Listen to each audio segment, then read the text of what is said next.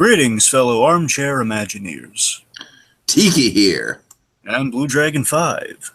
And welcome to the Kickback Cafe, the show where we kick back, relax, and talk about anything but Disney. And tonight is the first installment in Hey Arnold Month. Or, you know, or Nicktoonvember, whichever, you know. Well, I mean, it would be more Nicktoonvember if it was, more Nicktoons than just Hey Arnold. So this month is specifically focused on Hey Arnold, folks. So we're giving it the very uncreative title of Hey Arnold Month. Anyways. So much for my nice title I was all proud of. But okay.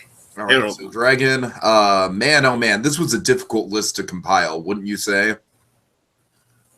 Yes, it was. It was very, very difficult to compile. I mean, believe me, there's see, folks. Let me put it this way: Hey Arnold is a show that is an embarrassment of riches when it comes to the high quality storytelling and animation that is included within Hey Arnold. So you really, with the exception of Arnold Betrays Iggy, you really can't miss. Yeah, Arnold Betrays Iggy is really, and some people, including me, kind of find Lilo a little grating, but other than that, it's.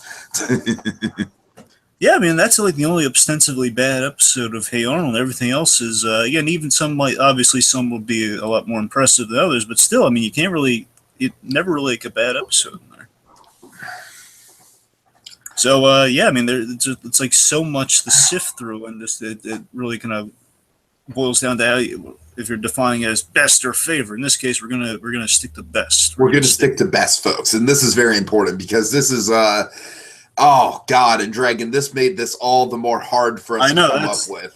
That's what I'm saying. Because believe me, I wanted to do favorite, but at the same time, again, we're trying to be. It's kind of folks, we're trying to strike an odd balance between objective and subjective. That's like basically we're trying to be like subjectively, what do we consider to be the best episodes? And when we say that, it's not just stuff that caters to, what we like, you know what I mean? It's stuff that really like far reaches. And Dragon, I have examples for all 10 of the things on my list where, they really went out of their way where, be it with character, with genre, with storytelling, with world building. So, It was tough, but I did it. So, I mean, I selected, I ranked mine objectively. I definitely ranked mine objectively, and I think for the most part I chose objectively too. So, like, I have a number of favorites are on there, but I think justifiable favorites in terms of I think they do fall into the best, some of the best episodes. But there are definitely favorites I left off.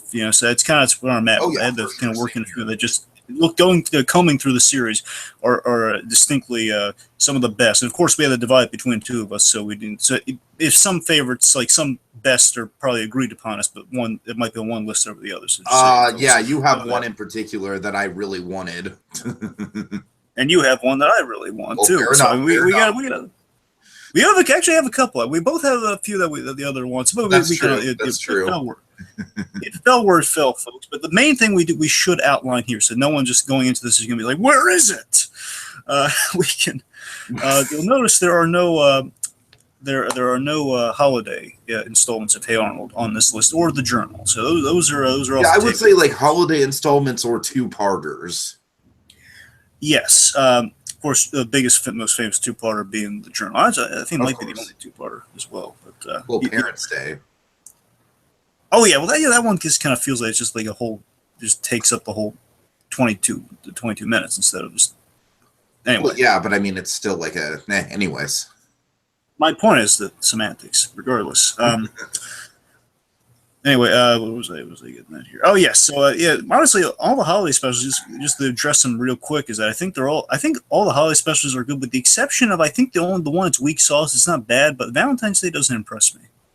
Well, I think this is why I didn't put this episode on the list, is I think Helga on the Couch is a better Valentine's Day episode than the actual Valentine's Day episode.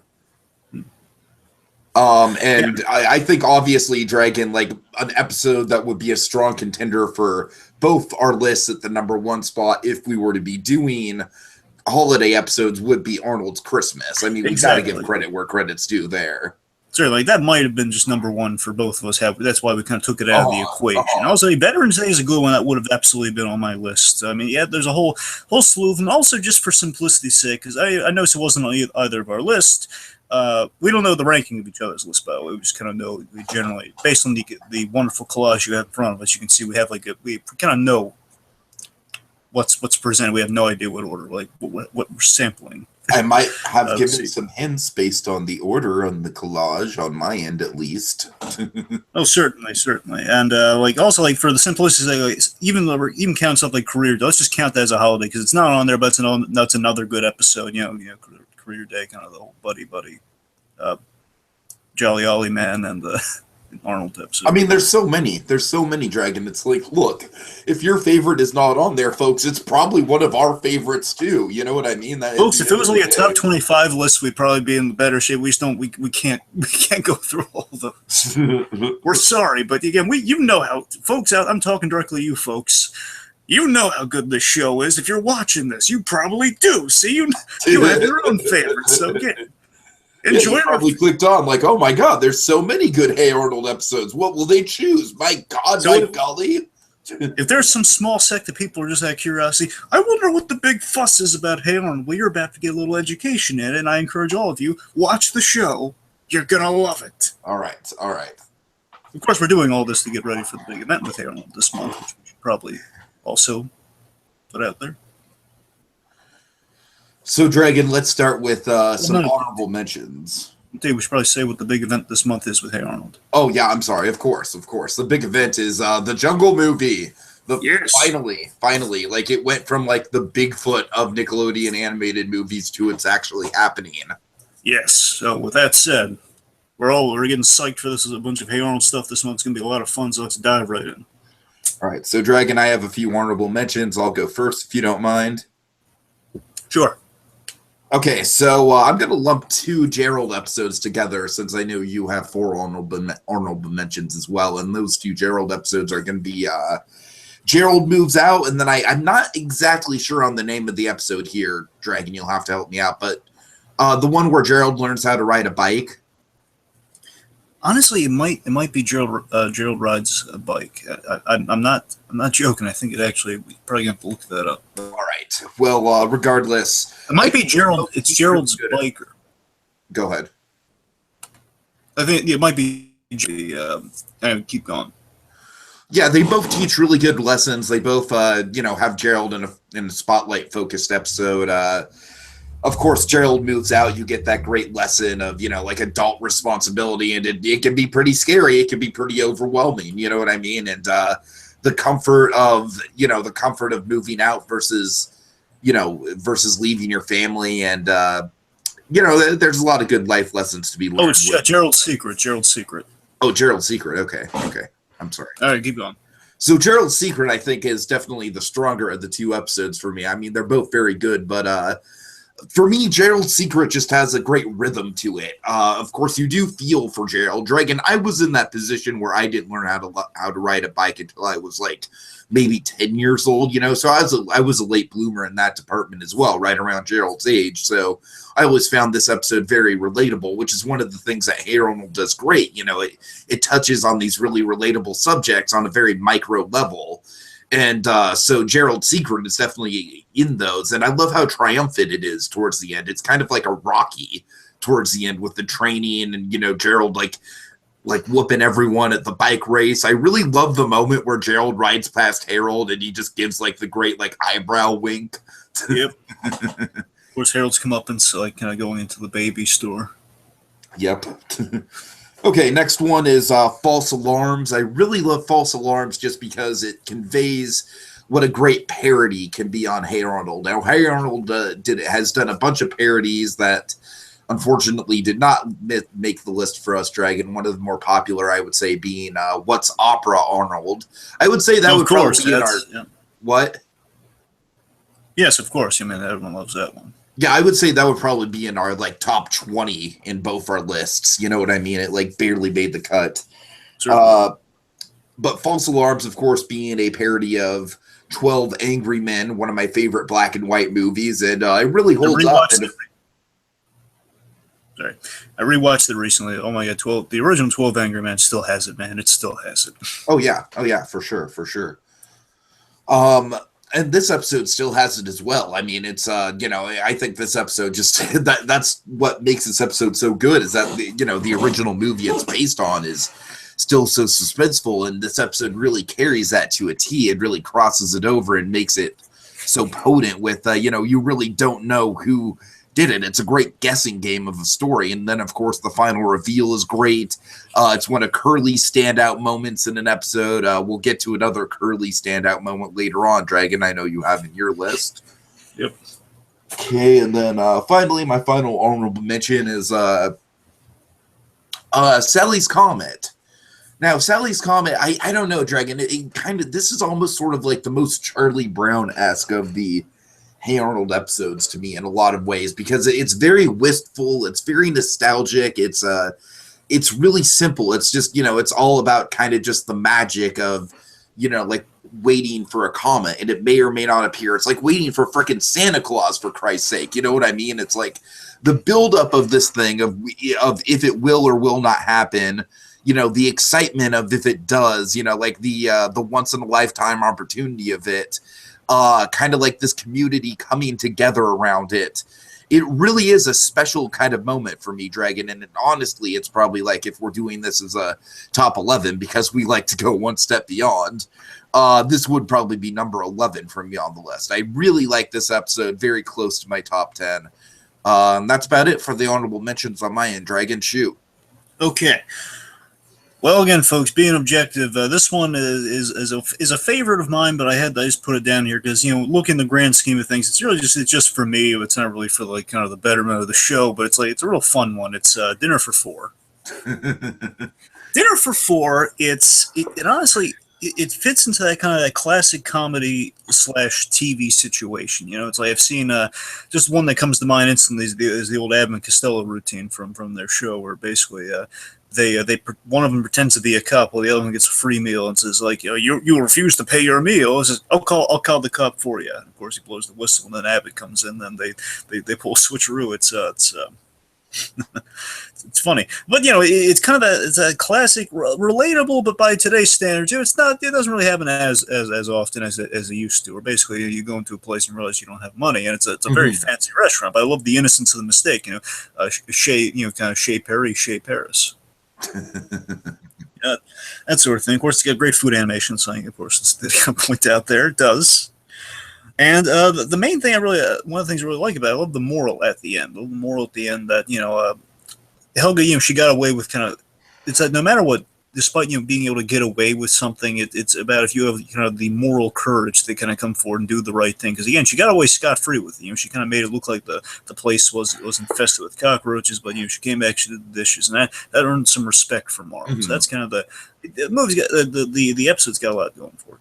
Okay, next honorable mention is more of a biggie. So that one was just purely for me. This one is kind of getting away from me, getting more to the show. It's kind of the progression of these honorable mentions. So. Dino checks out. Now, I love. Oh man, Dino. I'm surprised that's just an honorable mention for you. Huh. I know. Again, it was, folks. It's really close. All right, it was really close. Talking about, folks, it's like already I'm surprised. I had to think objectively, folks. All right, it's again. It was like more. I love the character Dino Spumoni. I love all the Dino Spumoni episodes. Of course, it kind of fits into kind of the Dean Martin kind of Frank Sinatra crossover appeal. Which, of course, I love the Rat Pack. I love love Sinatra and Dean Martin. Love them all, especially the Dean Martin roast. Anyway, so I've always enjoyed the Spumoni episodes, and I basically kind of for a lot of these picks, honestly, I kind of picked. The best of a certain character, kind of pick the best of a certain character's variety of episodes. I get that. So for Dino Spumoni, as much as I really love the first appearance of Dino is great. I love. I think honestly, Dino Checks Out. I think is the smartest out of them because Dino Checks Out is kind of this clever examination of the music industry, especially for kind of the aging kind of crooner in the music industry. And Sinatra did go through a period very much like Dino Spumoni. That's kind of the thing they always hit on with Spumoni that I really love, and. It's another great. On the whole, it's like another great episode that has a nod to Sinatra, but it's the great honestly, the scene that always sticks out to me is just aside from the fun absurdity, kind of the fun social commentary of like, an artist really isn't truly kind of popular and worked into the culture until after they've passed, and they kind of look at that, they look into that, and of course, the whole Dino coming back as a ghost and everyone just rolling with it being a ghost is ridiculous. But seriously, I think the moment that really sells it for me, every time I think of this episode, the moment's always kind of ingrained in my mind, because they have this hilarious idea that basically there's a Dino impersonator who's basically a younger version of Dino Spumoni who's stealing his thunder. And the comeback of Dino Spumoni, this really speaks to me, is that he kind of crashes through the roof as he's sneaking through the vents. And Dino Spumoni does kind of the infamous Sinatra thing that he's known for, the whole like, darling you smash my heart, that whole, the fame of the Dino Spumoni character. He walks up and he punches the guy before he finishes the song, and then he apologizes to the crowd. He's very genuine. I always love when Spumoni goes up on stage. He's very genuine. He kind of makes the apology, and he steals it with another song. That's what he does. He says, folks, I know the whole ghost business and me faking my death, so sorry about that, but I'm back now. It's very, very genuine. It's fitting everything I love about that character, and it's really funny and has some. It's got an absurd filter to it. Also, Dino checks out really funny. Okay, next, again in the similar vein, I kind of picked another character I really liked in the show, and I picked one of my favorite of his episodes. Next, I want to mention is Best Man. Okay. I love Coach Wittenberg to death. I really do. The only time I have not. There's only one episode of all the Coach Wittenberg episodes I wasn't crazy about, and that was Benched, and not a bad episode. Just I'm not a person I'm not crazy about. With Coach Wittenberg's son. Mm-hmm.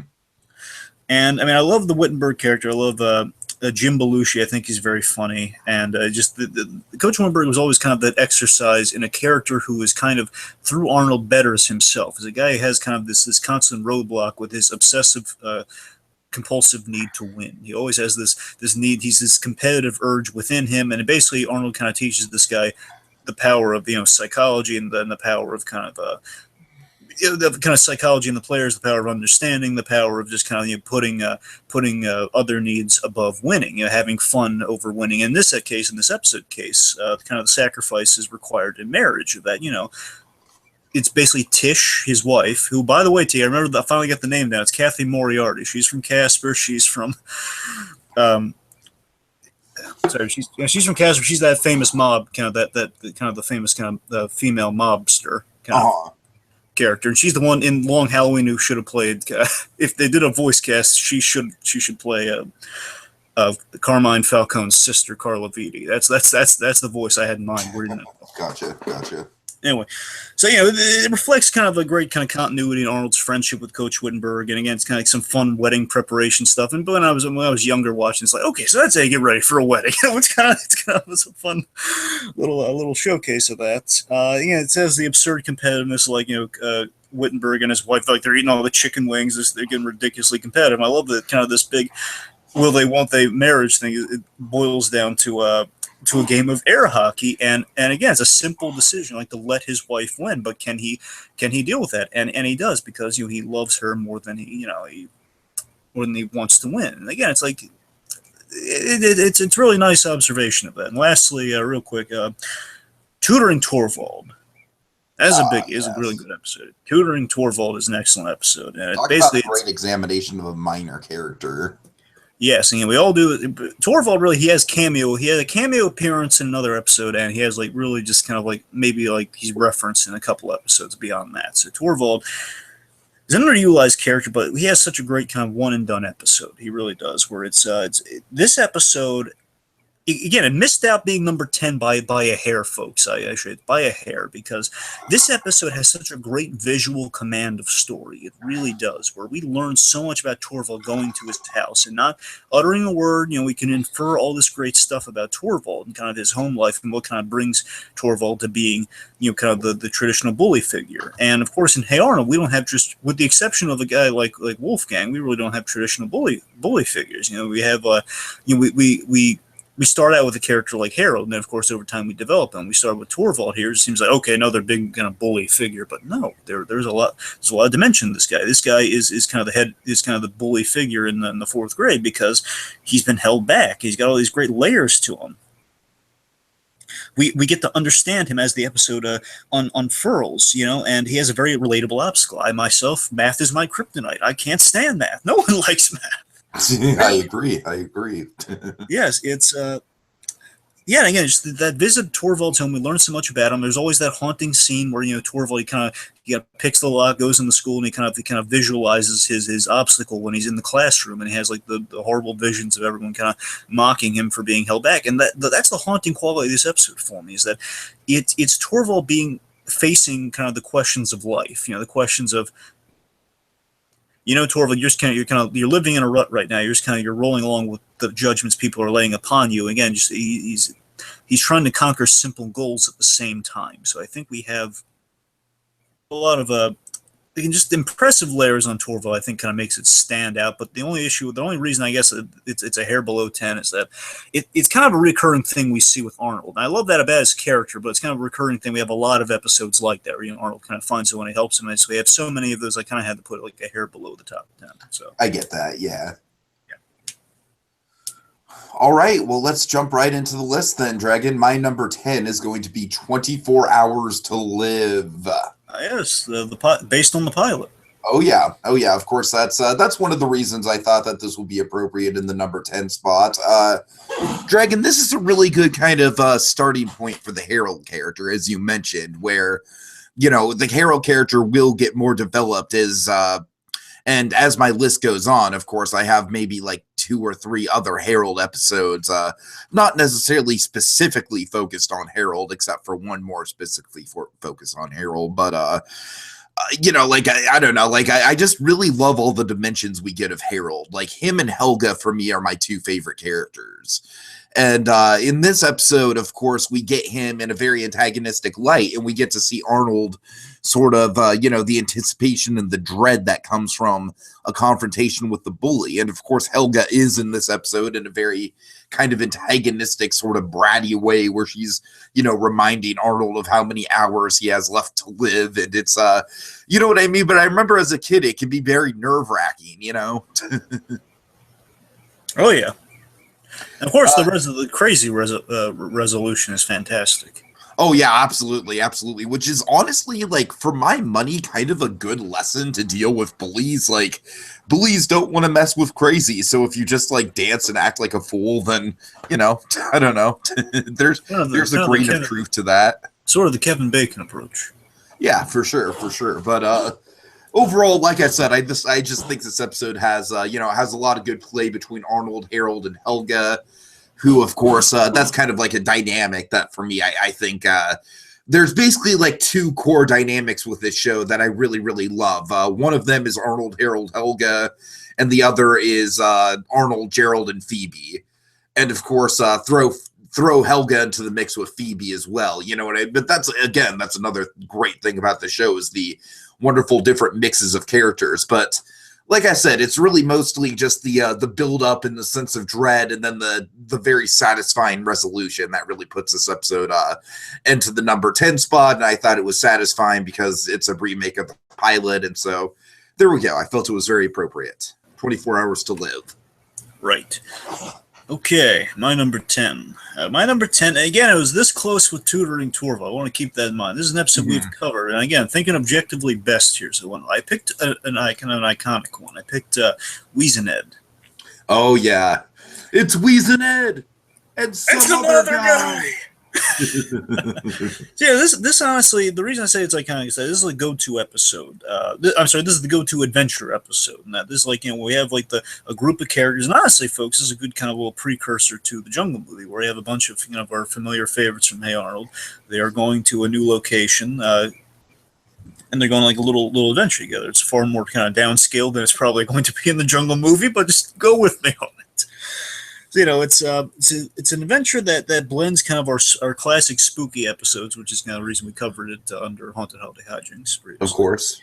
And again, just that traditional adventure episode, which a lot of the time we usually get with Arnold and Gerald, but we kind of have that kind of mixed with the a lot of people from the class, as well as basically it's almost like So I'm trying not to give away too many other episodes here, but it's very much kind of like the other spooky episodes of Hey Arnold, where it's usually kind of an adventure mixed with kind of a haunted ghost story of some kind. And basically going on an adventure on Elk Island is kind of a new location that we're familiar with. We've seen kind of the overhead shots. We've been familiar with Elk Island. It's a good kind of exploration of that land, and it's very memorable. There are a lot of great gags, of course, like it's Whiz and Ed. That's some other guy, as well as of course Harold having just some very great memorable lines. Just he's gonna follow the. Yes, thank Thor the Thunder God. Yeah, you're right. I mean, I feel like this is a great episode where all the characters just bounce off of each other really well.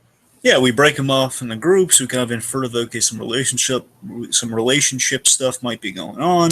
It has honestly probably my favorite urban legend in it with Whiz and Ed. Of course, I gushed over it when we broke it down beat by beat. But just to recap it real quick, we have like this great kind of crosshatch, kind of like stills, almost like courtroom drawings done of the Wheezing Ed urban legend as Gerald kind of narrates over it, and it's a great kind of story. It's a great kind of eerie ghost story about basically an Al Capone mobster who kind of who was a hitman for the mob, and he hid a treasure on Elk Island supposedly. So again, we got a great myth there, and of course it kind of feeds into kind of the spooky laughing, wheezing at the end of something. It has that lingering quality. So this episode on the whole, I just feel is like a lingering episode. That when you think Hey Arnold, it's one of those handful of episodes that's kind of like on the tip. It's like one of those very rewatchable episodes. It's gonna air a lot. You figure, it's like, okay, well, Wheezing It, I remember that. It's a great kind of a little nostalgic kind of anchor for you. Right. Definitely.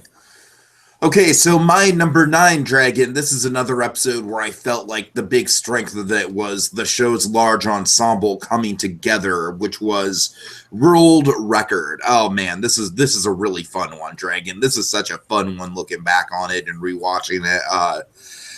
It's great to see so many different it's such a simple concept. It's basically just like the neighborhood wants to break one world record and they want to combine their talents, and they try so many things, you know what I mean, so many oddball different different things, like it's like there's so many different there's ones. Crack the Whip, there's the giant, of course, the giant pizza. The giant pizza, I think, is the one that's the most memorable for sure. God. Of course, Harold tries a very ridiculous one. Sorry, it's just really funny. Basically, he and Brainy have a scheme basically to ride like the most. It's like riding the little like the little horse, a little carousel. Like a little, the thing in front of the Super Mario that you feed corn, a little kind of motion simulator kind of horse thing for a long. For the longest time, and he's just, okay, Brainy, you keep getting the quarters. I'm gonna ride this thing for the longest. It was wonderfully stupid. Like I said, it's just like there's so many characters and so many great interactions and fun moments in this episode, and it's really great to see the show's ensemble cast working together towards just such a good positive goal. It really kind of outreaches like the good moral qualities of Hey Arnold, kind of the peanuts of it all. Yeah, seriously, how does Sid get 10 square pounds from teaspoons? I don't know. Oh, God. Anyway. But yeah, I mean, they got it for most attempts. So, I mean, that's a good. Yeah. I thought that was a little bit of a cop-out ending when I was a kid, and I still do too. But you know what I mean, folks? It's the journey, not the destination. And the episode itself is all about the journey, I thought. So very well done. So number 9, right? Number 9, yeah. Okay, number 9. Oh boy, ranking these is difficult, folks. I'm building. Okay, number 9. Stinky's Pumpkin. Oh, God. This was one of mine, folks. This was one of my picks. Yeah. Okay. And this one, I was it's so good. Honestly, before we were compiling the list, I was watching the reruns on the Splat, and Stinky's Pumpkin came up. I was like, Justin back, like, yeah, this is a good episode, man. This is a good one. Or it's essentially it's Field of Dreams for Stinky. Right, exactly. I guess kind of the simple sell line aside from that would be it's an optimistic story with a giant pumpkin. It really is. It's nice. Again, this is like another example of kind of we kind of take one of the great things about Arnold is that Arnold has such kind of a diverse, interesting cast that we reach a point where we can follow any of these characters. You can see back in the early seasons they're just kind of following Arnold extensively, and basically as they kind of develop that they realize like, okay, wait, we have all these great kind of side characters people are loving. They're loving kind of the one-liners and the dynamics and the back and forth. Why don't we follow one of those guys? Mm-hmm. For a few episodes. Of course, Helga being the instant go-to. Then beyond that, okay, Gerald. And then of course, who gets the most laughs? Well, Harold gets a lot of laughs. Stinky's got that great delivery. This really bites, Arnold. It's like, yeah, we got to. And that said, Stinky has a few great episodes, like Stinky Goes Hollywood, for example. There's that's another good one. But honestly, for me, it always comes down to Stinky's Pumpkin because it really develops Stinky as a character, and it kind of connects to that one a little bit. Where Stinky's kind of looking for like that one thing that kind of sets him apart, and makes him special. And Stinky is a guy of simple taste. Where if you can get a ball in a cup, that'll delight him. That's from the other episode. But going here is that Stinky is doing this thing. Everyone is telling him that his father, the farmer, essentially is telling him like, you're never going to be able to grow anything in this land. I do not believe in you one iota. But here are the seeds in case you want to try anyway. And Stinky proves him wrong, and we just see his perseverance, and we see he's not giving up. He's growing this pumpkin. It's kind of growing optimism on cynical land in a way. It's really cool that way. And of course, Arnold there, kind of the champion, just kind of like, oh, good for you, Stinky. And of course, he kind of helps him kind of problem solve. So again, Arnold's in the episode, but he's not overcrowding the episode. I love that we used to use Arnold very sparingly in the episode, and I love the final vision after the giant pumpkin. Of course, is thanks to Ernie's giant wrecking ball, his giant new crane wrecking ball thing. Because basically, I guess he took the chain off of the wrecking ball, and he basically made the pumpkin the wrecking ball on it for a smidge. After the unveiling of the giant pumpkin, my favorite image is the last one, the giant pumpkin clubhouse. Right, yeah. I love the giant pumpkin they're all club. playing cards in there, right? Yeah. Oh. Of course, we address the longevity of. Oh yeah, it's not going to last. They got to get out of that thing. It doesn't matter. I don't care. I don't care, Dragon. You can get a couple awesome afternoons out of that. I know, but how cool does it look, right? Imagine how many pies they can make out of that. Oh, God.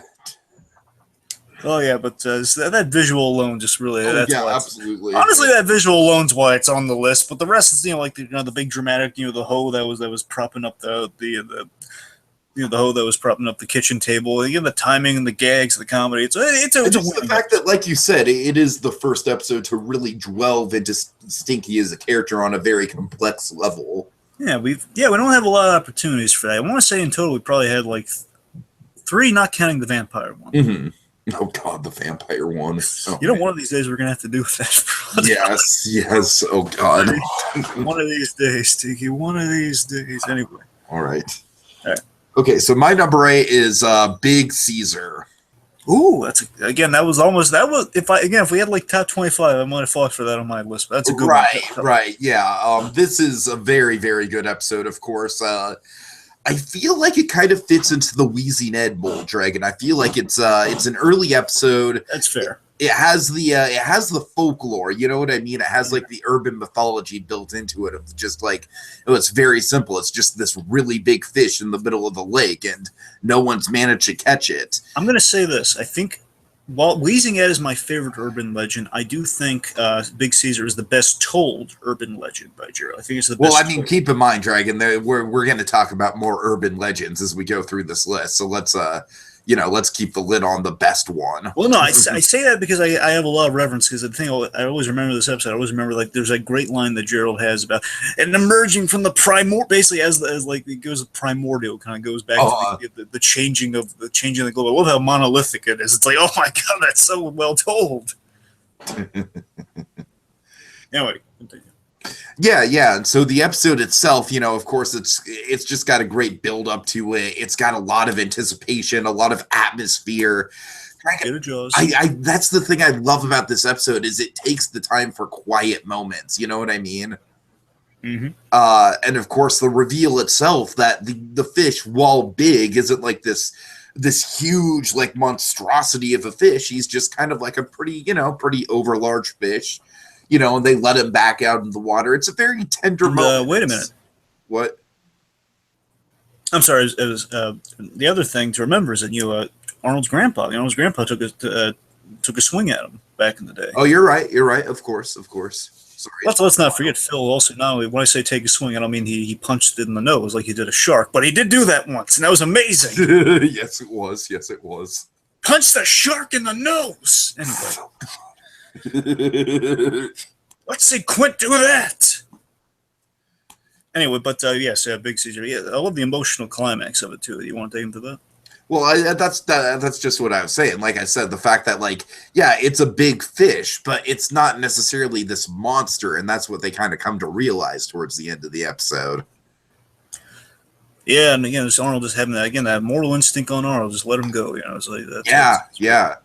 And of course, throughout the whole episode, it is kind of like the closest we get to Jaws in Hey Arnold. You know what I mean? Where this fish could net them potentially a lot of money and a lot of fame, but no, that's Arnold's moral choice, and that's why we love Arnold as a character. So I think Big Caesar, like I says, it does a lot of things right. It Arnold's character is great in this. It's got a good folklore. It's got a good sense of atmosphere. Really like it. Oh yeah. Okay. Number 8 for you, Dragon. Curly snaps. Oh God. Oh man. Okay. This is a really great one. Oh, it's so fun.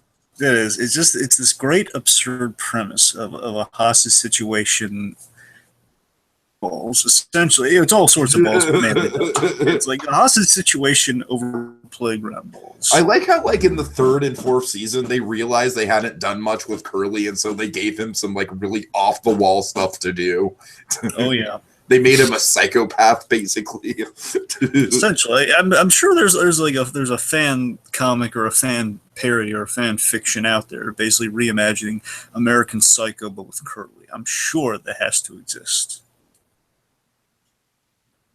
Yeah, somewhere. Anyway, yes.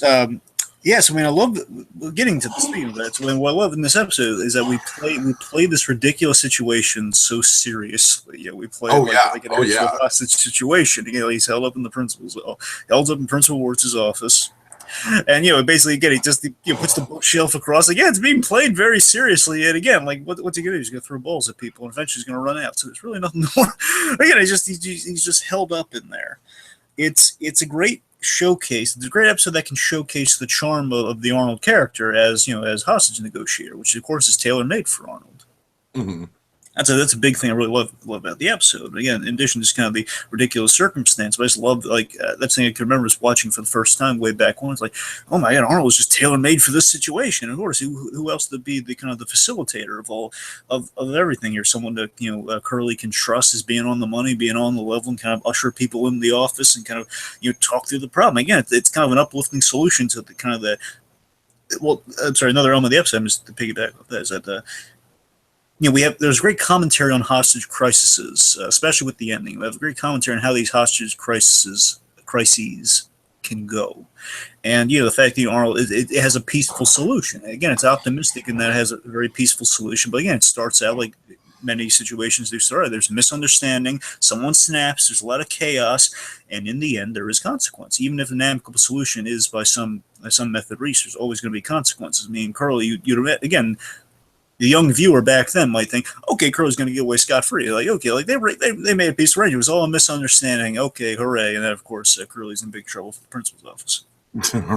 Right. Just or not, that's for the audience to decide. But again, this the kind of little bit of commentary on how things go. It's like kind of breaking the facts of hostage life to kids watching.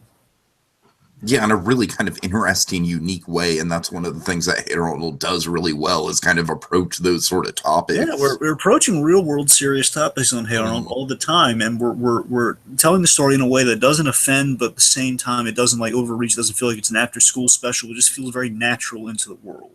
Sure. Right. Okay, Dragon. So my number 7. Oh God, if this was a favorites list, this might be in my top 5, but it's still one of the best, I think, and that's roller coaster. Oh, yeah. Now, of course, Dragon, one of the things you might notice with a lot of the things on my list is that they're all very simple. They've got very premises. You know what I mean? They've got very simple premises, like elevator pitches, if you will. Like Arnold and Eugene get stuck on a roller coaster. You know, Arnold, the most practical guy in the world. Eugene, the most unlucky guy in the world. How the heck is that situation going to play out? Now, Dragon, Eugene is one of the reasons I wanted to put this episode on the list because, of course, Eugene is one of the great Hey Arnold side characters. There's a lot of great episodes devoted to him, like Eugene Goes Bad and the Stuck in the Tree episode. You know, just but a lot of. The only knock I would make against this episode is that we do kind of emulate a lot with the Stuck in the Tree episode. You know what, though? That's the thing. Like, I think while Stuck in the Tree might be a little bit more funny than this episode, I love this episode just because of the setting. I think the setting just absolutely makes it. Of course, the roller coaster they're stuck on is called the Scarosaurus Rex, which is... From Dino Land. Yes, from Dino Land. And Dragon, it's really interesting that all these Nicktoons have theme parks attached to them. Like, of course, with Rugrats, we have Euro Reptar Land. With Rocket Power, we have like the pier, you know, the boardwalk. I'm sure there's others if we look into it, but I don't know. Dino Land has always just been one of the more fascinating to me. Like, I really wish we had more episodes in Dino Land. Like, it's such a fun setting for a theme park. And I don't know, like I said, as an armchair Imagineer, I just really love the setting. I really love how they're stuck right at the top of the drop where the big T-Rex animatronic comes out. So there's literally a big T-Rex animatronic like breathing fog into their faces. Yeah.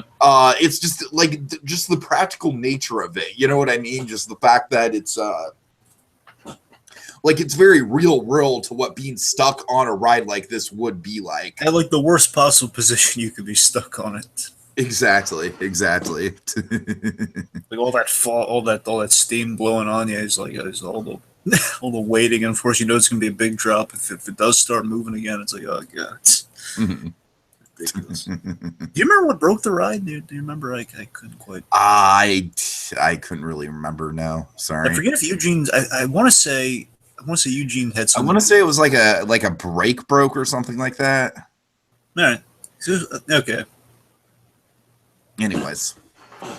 But yeah, overall, like I said, just I love the setting of this. I love just all the timing, just the real world suspense of it all. Good stuff. For those diehard Hey Arnold fans, let us know in the comments what happens. Okay. But be nice about it. Okay. Number 7. Okay, this one was one of my favorites. All right, so I'm going to have to bump it down to 7 here because I had to be objective. But oh my god, I love this episode. I can make an argument for it. And I kind of is another character pick. So I picked the Harold episode. Picked my favorite Harold episode. Believe me, the other contender was the episode with Harold's bar mitzvah. That was another good one. That was a contender. I really liked that one. But I went with Harold the Butcher. This is fantastic, Dragon. Absolute, just. It just shows all the perils and stress of early employment. You know what I mean? Like getting a first job. Oh yeah, it's such a great episode. Again, it's one of my favorites. It's one of the great. It's probably the greatest Harold episode. It shows again. This is one of the early ones that shows the development of the side characters, kind of like what I was saying about Stinky, but especially with Harold. Again, Harold had and Mr. Green as well. This is probably the most development we get with Mr. Green. Yeah, this is the episode that made me fall in love with Mr. Green. Mm-hmm. For sure. So much. And of course, again, we do develop Mr. Green as it goes on. He's actually on a few of my picks. So I think about it. Yeah. We have kind of a great mentor arc between them because initially they don't want anything to do with each other. And of course, Harold, he becomes kind of immersed in me, which of course is kind of there's kind of a fun, absurd joke in that Harold. Some people point out that what is it like? Harold can't eat pork, right? Yeah, like basically anything pork related. Yeah. Yes, and this is basically you stole a ham, Harold. That is not kosher at all.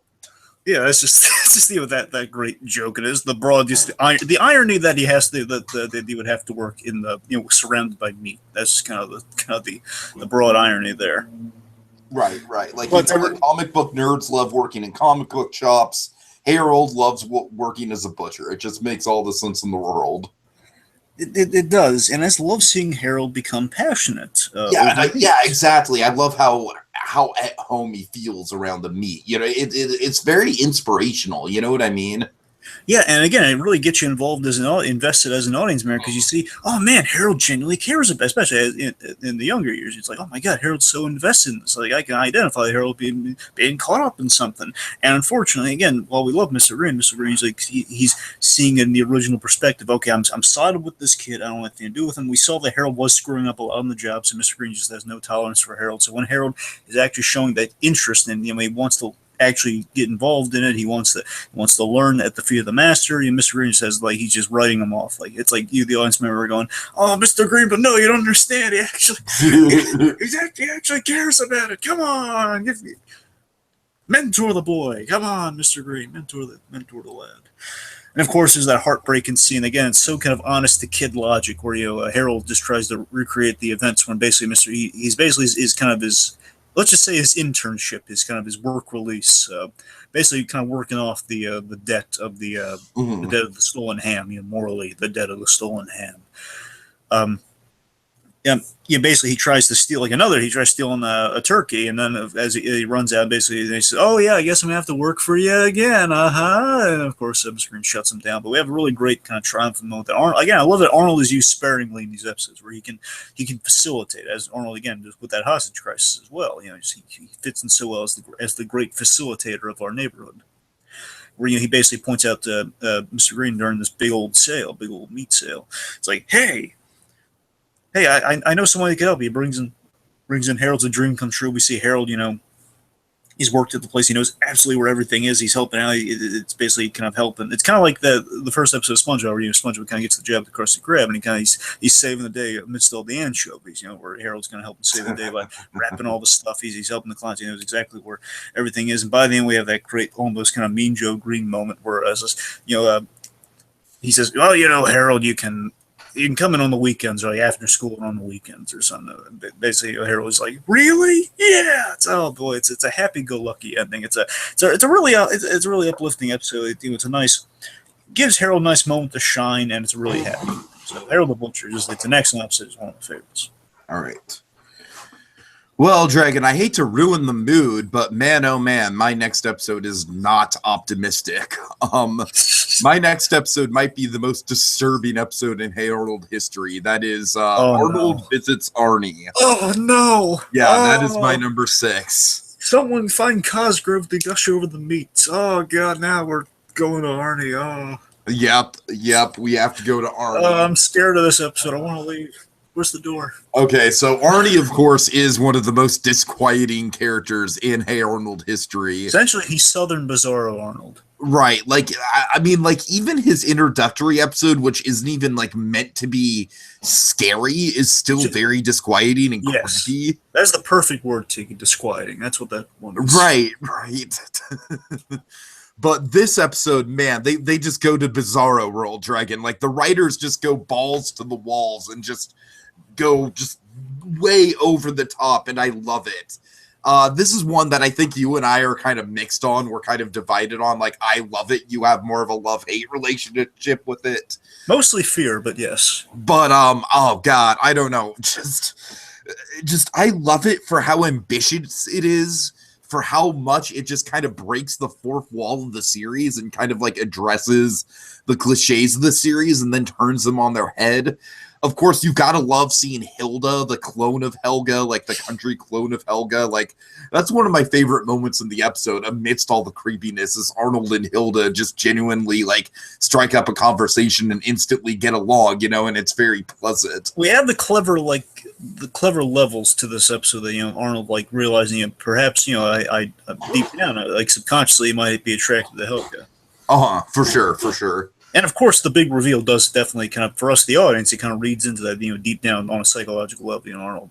Basically, on some level, Arnold might be more attracted to Helga than he would be Lila. Which, to tell you the truth, does give this episode, more substance than I think some people give it credit for. Like, I think a lot of people just think of this episode as just a bizarro, like, Children of the Corn knockoff. And yeah, the Children of the Corn elements are in there, especially towards the finale. And like I said, Arnie is one of the creepiest freaking ththings that we've ever seen on the show. He's definitely the show's equivalent to Onion. It's just he's in the corner there, Tiki. He's frightening me. Yeah, I put him in the corner for a reason, Dragon. Oh, God, but that's the thing. What do you think's scarier, Onion or Arnie? I think Arnie, honestly, because Arnie is like more realistically scary. Like, honestly, I could imagine like doing horrific things to Onion, but Arnie, I'm honestly. Well, here's the thing. Like I said, like Onion. First of all, we don't even know what Onion is. You know what I mean? Like.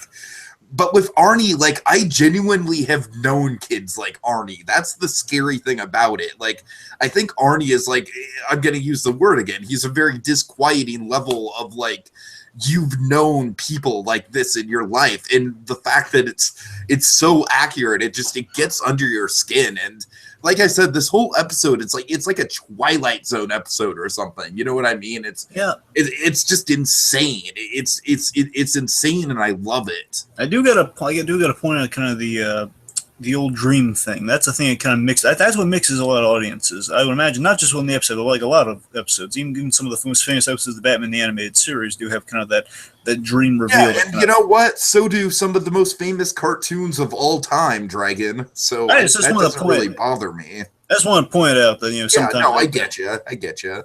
Okay. Right, but yeah, I mean, geez, like Arnold Arnold visits Arnie, just a home run of an episode from just a creative standpoint and just delivering something that's truly memorable, truly out of the ordinary from what a usual Hey Arnold episode is. It really stands apart. All right. Okay, so I had a creepy land. Okay, number 6, right? Yeah. Number 6, this is a good one. The baseball. All right. Nice. Yeah, the baseball, it's a classic Arnold Gerald adventure. Again, like a very kind of common Harold. Again, it's one of the best ones. Again, I basically have another one on the horizon here, but this is one of my favorites. I'm saying, I really like this one. I think this one definitely objectively we're getting higher up the list in terms of, like, this one like could have been number 5. Basically, number 5 and this are kind of interchangeable. But number 5 here. Sorry, number 6. Again, it's that interchangeable, folks. I don't tell you. It's a simple, cool setup where it's a very simple setup.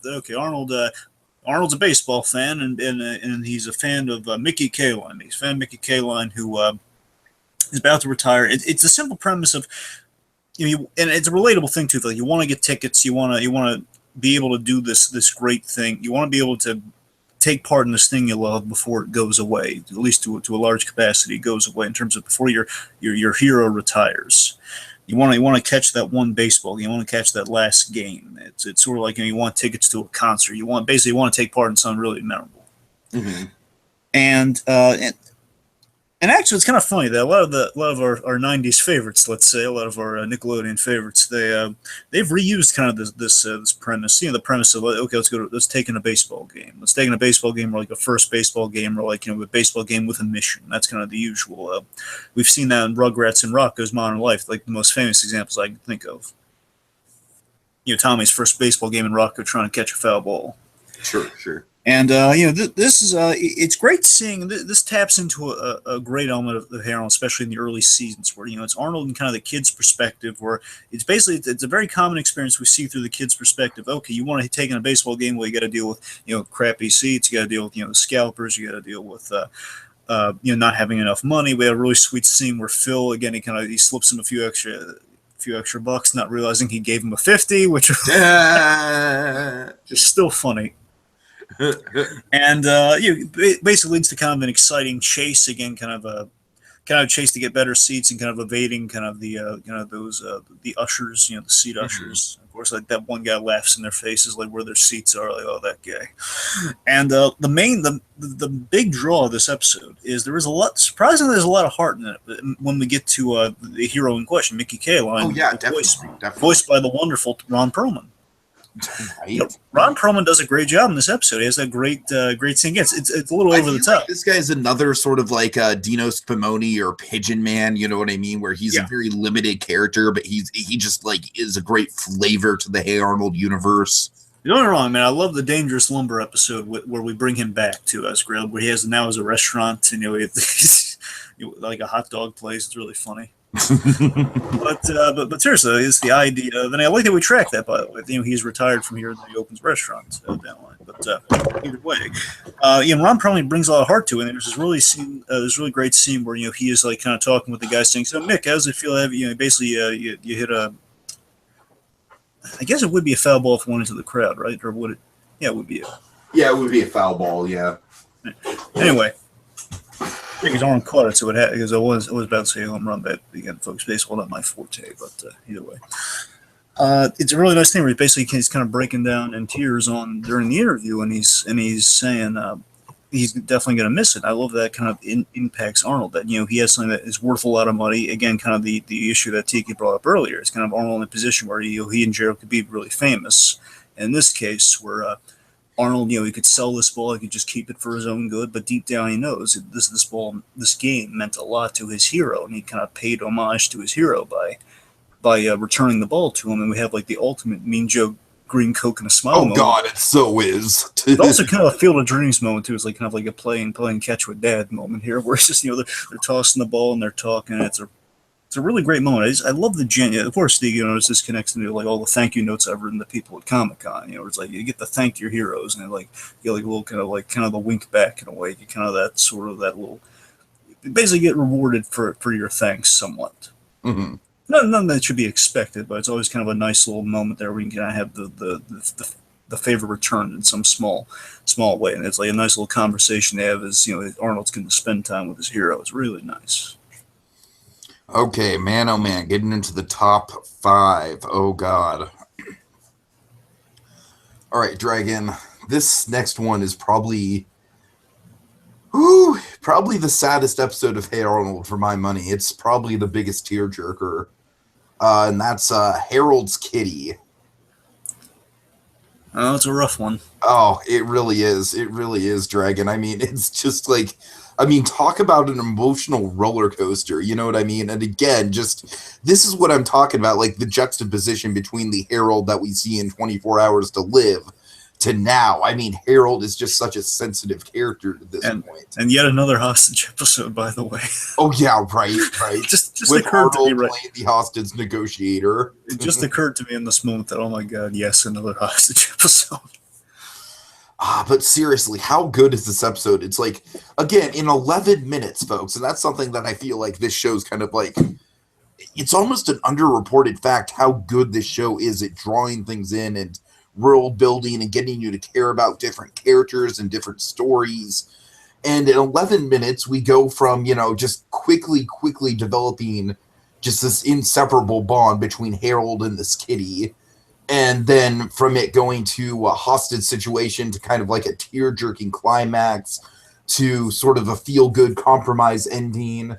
It really does kind of lay all the groundwork and it hits all the buttons for a really special episode for me. Just this is essentially like the Jurassic Bark for Hey Arnold. I mean, it's not quite as much of an emotional gut punch, of course, because we're not talking about like Jurassic Bark is kind of like in a different territory. But for a kid's show, this is kind of the equivalent of Jurassic Bark. You know what I mean? Where it's just like we've all had that experience of wanting to keep an animal but not being able to keep an animal, and wanting to raise something but your parents not being okay with it. It's oh God, I don't know. It's like I said, I can just gush at this point. Of course, the character of Harold himself is so well developed. Arnold is used very well. Just nothing but good things to say about this one. Nothing but like I said, just it just all builds to such a fantastic climax, and it just it really gets you on the gut every time when Harold has to give up the kitty. It's it's really powerful, and it just really goes to show how good the show can be. Goodbye, Cupcake. Okay, top 5, baby. Oh boy, here we go. So, folks, this one kind of exemplifies the objective quality. Again, it was like this close to like to being outside the top 5, but I'm really just looking at it here. And again, a lot of people argue this should be like at the number 1 spot, even, or number 2 spot. It's like it should be. Some people would argue it should be higher up, and I'm not saying they're entirely wrong, but I have arguments to say why this one would be, a little less than those other 4. But number 5, Helga on the couch. Oh yeah, this is a biggie. Yeah. So I couldn't ignore Helga on the couch as much as I would have tried, because again, it was kind of a question of favorites over the objective best here. When you really look at the catalog of all the exemplary Hey Arnold episodes, Helga on the Couch is something else. It really is. It's one of the best written episodes to an extent. It's a really great deep dive into Helga's character. I think it is like the definitive Helga episode. It is, and also we should highlight, Kathy Baker. I remember she was the neighbor from Edward Scissorhands. She's a good actress. She's been in a lot of other things. She plays Dr. Bliss. She does an excellent job as kind of like the person hearing Helga out. Mm-hmm. Creates very safe space. Good therapist. So the episode is very illuminating. It's I feel the reason it's number 5. I think is that it feels a little by the numbers at the start. I'm not saying that it kills the episode. I'm just saying that it makes it a little less than perfect. That and basically it's kind of, I think all the substance is in the middle. On this episode, I can see that. It's heartbreaking and smart writing all at the same time. I need someone to take me to preschool. Oh God! Just every time, Dragon. Every time, it just. The dog took her lunch and brings out.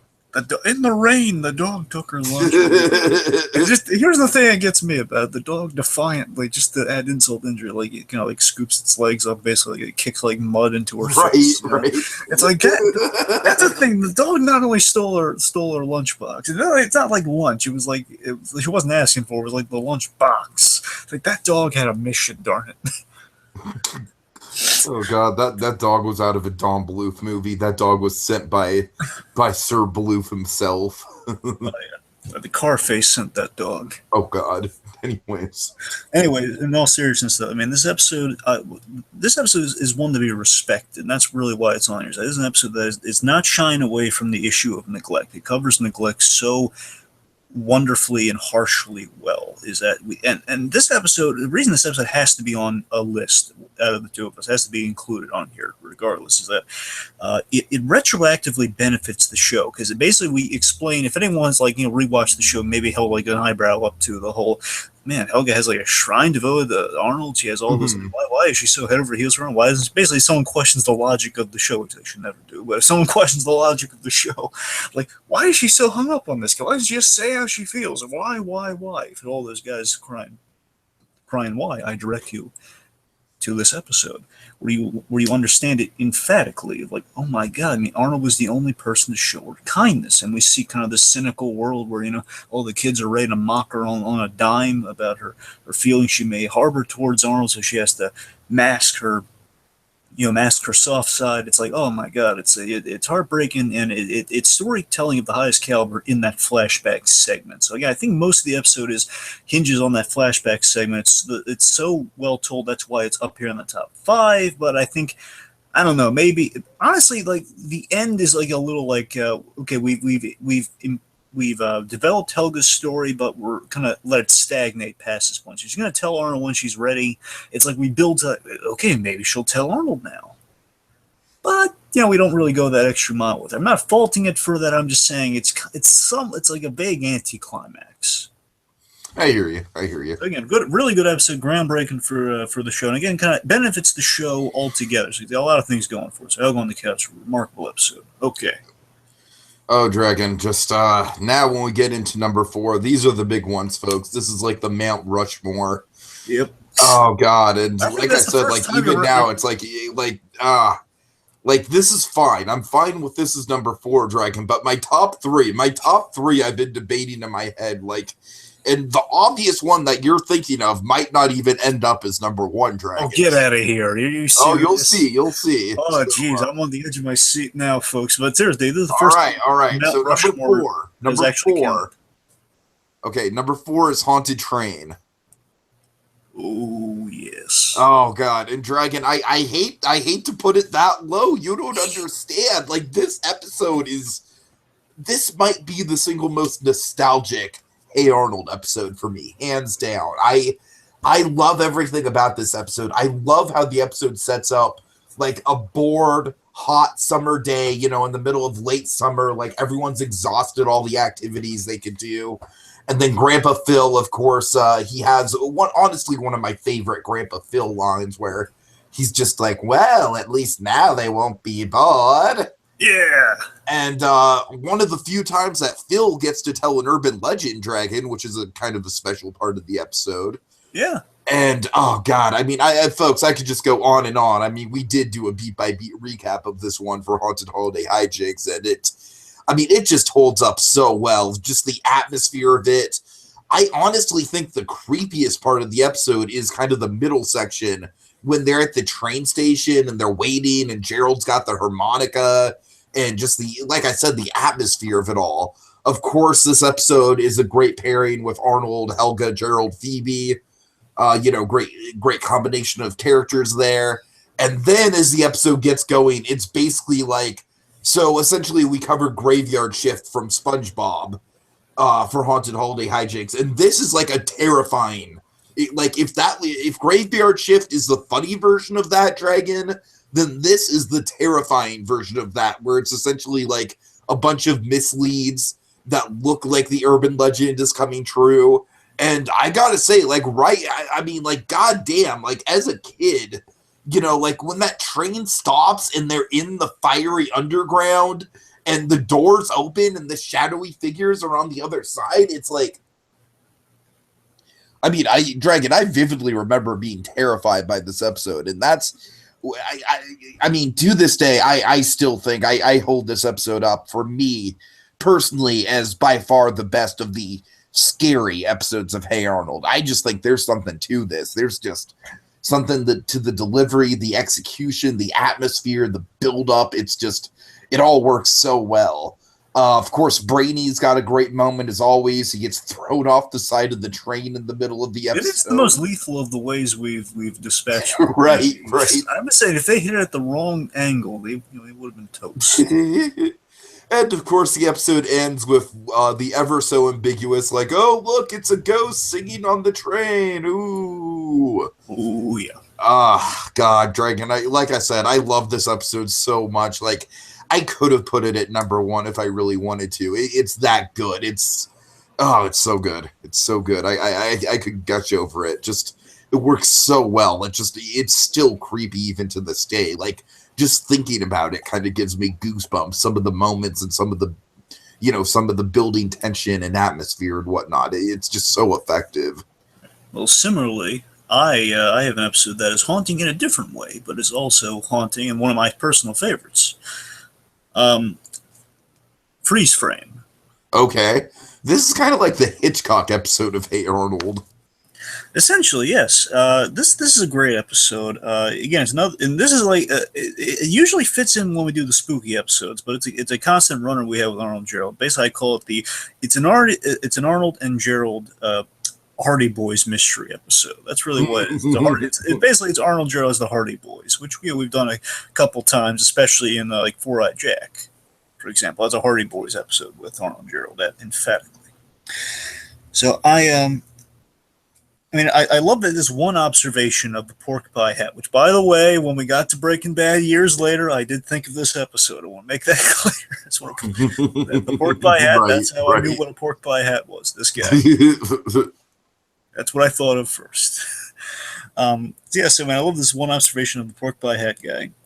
Putting something mysterious in a tree, a little invitation, a little warning, a little message, leads to investigation. Again, like a Hardy Boys mystery. And I love that they use the camera as kind of their means of deduction, means of storing their evidence. I love kind of the use of the video camera.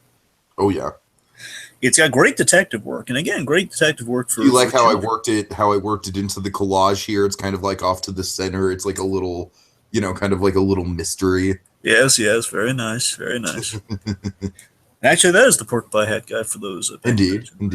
Right there, little pork pie hat right on top of his head. Anyway, so for me, the big selling point of this episode, again, it's a really well structured episode. It's a really well structured mystery. So there's nothing but love for this episode and every aspect of it. And one of the thing, my favorite moment, the thing I love most, I love the big climax. I love the big reveal that okay, Mr. Green is the Marty in question. Mr. Green's the Marty in question. Actually, we do bring up guns in this episode. Again, we got away with a lot of stuff back then, folks. Mm-hmm. Where it's the big. Basically, it sounds like the Pork Pie Hat and his buddy are gonna do in they're gonna do in Marty. Of course, we reveal it's Mr. Green. It's I love this is where we get a lot of the Hitchcockian stuff. Just kind of happens by. Well, my name's Marty. I'm the only Marty I know, and of course, you gotta get out of here. You're in danger. It's just, basically, I love the build here, where Mr. Green knows who these guys are. He knows what this is, but he plays it so dramatically that we, the audience, just think, "Oh my god, it's so brave!" And I kind of suggested back to when I first saw it, like, "Oh my god, Mr. Green, that brave man, he's willing to face God knows what's awaiting him in there." It's just, they're waiting for it. It's almost 7:00. I'm gonna face the music. They've been trying to get me for years. And the minute he says that, it's like an old detective movie. It's great. Like, oh my god, it's going to be awesome. It goes in there, and we have this great creepy build, and it's like, the lights come on. We have clowns and butchers walking through. It's, oh my god, it's so ominous. It's so creepy. It's awesome. And then, of course, the big non-threatening reveal. It's like, surprise! And it's a birthday party for Mr. Green. Mm-hmm. And it's great. It's so investing, and the best part of it, aside from also Clancy Brown plays the Pork Pie Hat guy. I love Clancy Brown. Oh, who doesn't love Clancy Brown? Come on. Yeah. Not only is he in the Marvel Netflix series, he is also in a Marvel Netflix series. He's also in a Marvel film. Well, yes, and he's also Mr. Krabs. Well, certainly, of course. I mean, he's done a lot of stuff. He's Lex Luthor, the best Lex Luthor. All right. He's a lot of things. Yes. Anyway, but we end on that fantastic shot where we hear Clancy Brown as Pork Pie Hat and his buddy basically talking about again, it's caught on camera yet again, as again we seemingly have deflated again. It's like a Scooby-Doo thing. Okay, no, everything's fine. There's no actual monster, no actual murder attempt going on here. And of course, these guys are actually they're talking about very ominously said, "Oh yeah, we sure got Marty this time, but wait till we really get him around the time of the convention." Of course, implying that maybe they were gaining his trust to do something more sinister. And of course, Arnold Jerry get this look, and you're ready to investigate, essentially. And it's great. We have that Jim Lang music playing. Jim Lang, of course, has done a fantastic score with the role of Hey Arnold. Oh yeah. And he has this is the moment that always stick with me. When I think of this moment, when I think of this episode, I always think of this moment. It's so great. Just that last ominous, cool Hitchcock, almost Hitchcock. And now you bring it up, I can't stop saying, I can't pick up on the Hitchcock. No, I mean, that's exactly what it is. That's exactly what it's trying to emulate. It's very appropriate. There's this great final shot of Mr. Green all happy on the carousel with the two guys behind him giving that look to each other.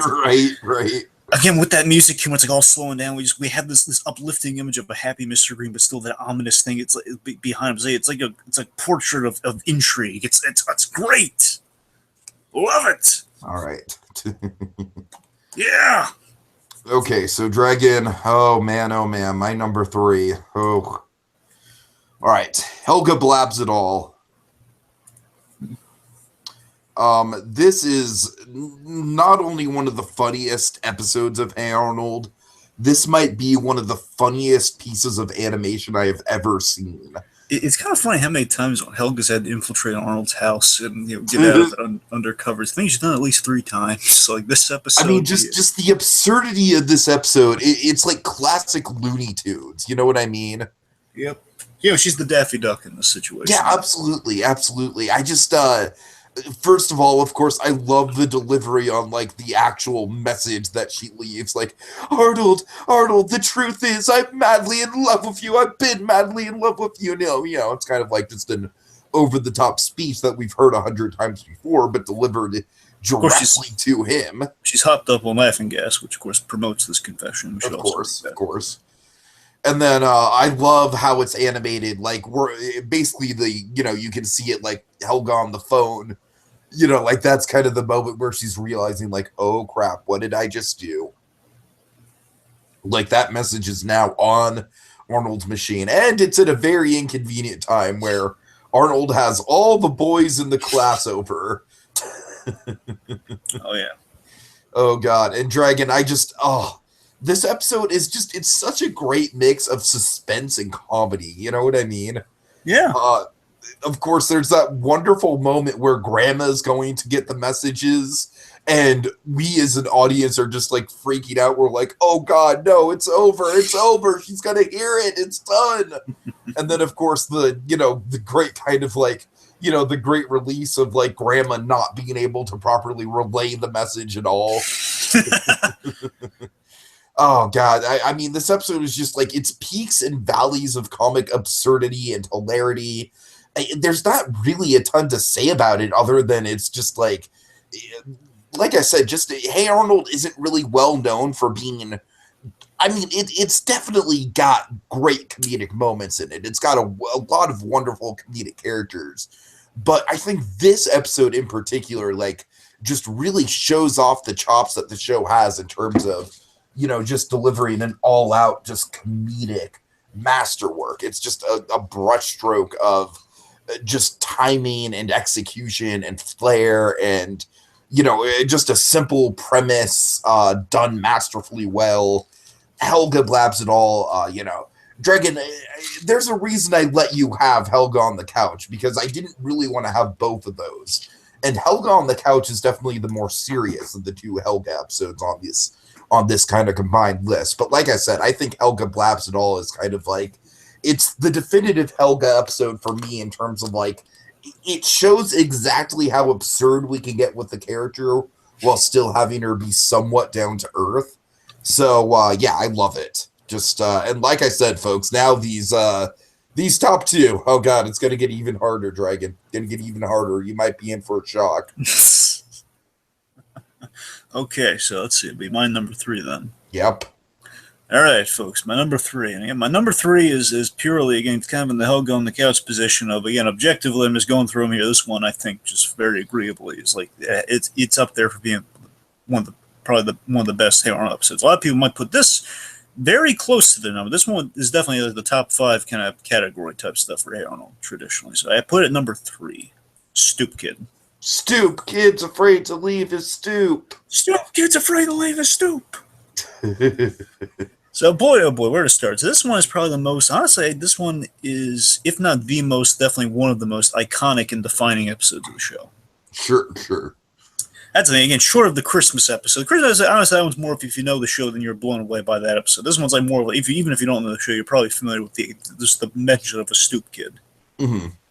So, again, this one is probably, the other ones I've kind of gone over, like, there's a well-told, probably one of the most well-told urban legends by Gerald, and you have, like, my favorite urban legend by Gerald. This one is probably the most well-known of the urban legends, the Stoop Kid urban legend, again, fitting with the iconography of the episode. This episode's got a great urban legend, again, the mystery of the stoop kid, like, why won't this kid leave a stoop? And again, the whole urban legend based on the fact that just no one knows anything about the guy, so they speculate all this stuff. They build up this grand mystique. I mean, I love the cleverness of the legend around this episode. That's the big thing for me personally. I'm really getting out of the episode is that. And I feel like it's a great example of something the show does well with a lot of other characters that get similar episodes. Like we have Monkey Man, we have the Jolly Ollie Man, we have Chocolate Boy. Yeah, there are misconceptions. That all kind of get similar treatments. Yeah, there are more layers to these guys than meets the eye. Right. What's great about this episode, that really kind of entertained me rewatching this episode, I really kind of picked up on, was the fact that, hey, looking at how the mythology is built and how it's perceived, because these kids just didn't know, they kind of built up, okay, that's the big appeal of this guy, and the underlying reason is very simple. He's afraid to leave his stoop. That's the big real. He's essentially, he's somewhat agoraphobic. He's not inside, but which again is like a very, very serious issue for the show to tackle, and they do it in an incredibly respectful way. So I forget if agoraphobic counts if it's on a stoop or not, but essentially, no, it definitely counts. I would definitely count that. Okay, that's cool. I just want to make sure I was right on that. Okay, yeah. Fully agoraphobic. Again, you're right, Tiki. Agoraphobia is basically just like being afraid to go out and confront society, which Stoop Kid definitely qualifies under. I tell you, one of these days, Tiki, if I can ever get you in the Monk, he has a brother Tony Shalhoub has a brother on the show who is played by the wonderful John Turturro, and John Turturro plays. Oh, I love John Turturro. He plays his agoraphobic. Basically, they do the Sherlock Holmes thing, where he has Mycroft Holmes. In this case, he has a very smart brother who is agoraphobic, and much like all of Adrian Monk's obsessive compulsive tendencies. He has one main obsessive compulsive tendency that he is, well, you know what I mean. He just basically has a tendency in that he is agoraphobia. That's his big phobia. Monk has like a laundry list of phobias except going outside. Mm-hmm. So yeah, that's a really good one. Of course, there's a Halloween episode with him in it, which we might cover one of these days again. So either way, my point is, so yeah, we deal with agoraphobia, really impressive. And this is the thing that I'm loving is that Arnold, he damaged the myth and the mystique by basically, Arnold has a very simple task. He wants to get his football back again, kind of getting the symbol of himself in a way, a little piece of himself, if you want to really look under like a microscope on that. But regardless. You know, Arnold. I love that Arnold feels the consequence of what he's done. Basically, he exposed the big reveal that okay, Stoop Kid's afraid to leave his stoop, and Arnold feels bad about this, that he damaged the mythology and the mystique, and you know he has kind of weakened Stoop Kid when he didn't mean to do any damage. He just wanted his football back, and he's on the path of helping Stoop Kid because of this. Like now he's a pry, and again he didn't ask to be an urban legend. He didn't ask for any of this. He rolled with it. He's been kind of again a guy who's been shying away from society. Has just kind of rolled with what society has labeled him as. So again, I think there are a lot of levels to the Stoop Kid episode in that regard. I mean, I love blanketly again. It's kind of like it's probably no secret to me. What I love about superheroes, just as another unrelated thing, I love how superheroes save people. In this case, in this show, constantly, I love when Arnold helps people. It's always just kind of that likable element of the character. And of course, Danny Cooksey, he's fantastic as the Stoop Kid. Of course, known for various other roles like Jack Spicer. He's been on Static Shock. He's been on a number of shows. Danny Cooksey. Very memorable as a Stoop Kid. The ending is the ending of the Stoop Kid arc is great. You know, after the whole I think I can runner, where you know Stoop Kid now, thanks to Arnold, is presented with the option. He has options. He can confront society. He can leave the stoop. He can, but he doesn't have to. I love that he has the choice. He has options. He's not different from where he is. Like, he's not a remarkably different character by the end, but now he has options. Arnold has freed him. It's kind of like how we free the genie. The genie is free, but he still hangs around Aladdin. That's kind of what we're at with Stoop Kid. Mm-hmm. So great visuals too, like Arnold imagining all the hallucinations that Arnold has in the trash can. That's really good visual animation as well. I wanted to kind of throw out there. So Stoop Kid, remarkable. So it does live up to the hype, and just objectively, absolutely has to be on the top 5. It has to be. Yeah, well said. Well said. Okay. Oh God, Dragon. So I just want to say I was back and forth between all 3 of the top 3 all day, putting them in different orders, putting them in different positions. My ears are about to bleed. What I'm about to hear here, folks. If this was a favorites list, then this would absolutely be number 1. If it was a favorites list, but we're talking the best, and there's one episode above this one that I thought got all the qualities of Hey Arnold right and is the perfect Hey Arnold episode. This is by far the most personal episode of Hey Arnold to me, and it's the most artistic episode Hey Arnold's ever done. Number 2 is Pigeon Man.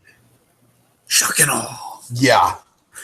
Honestly, Tiki, I got to tell you, when I was going through them, I kept facing Pigeon Man. Is that I personally, again, you had it on your list somewhere. I assume number 1. Apparently, I was wrong about that. But regardless, Pigeon Man, honestly, I would have put at my number 1 had I had the option to, because again, it really does hold up for best, objectively best. Let me tell you the one reason why this is below the number 1. Okay, and then we'll get into all the positives. Sure.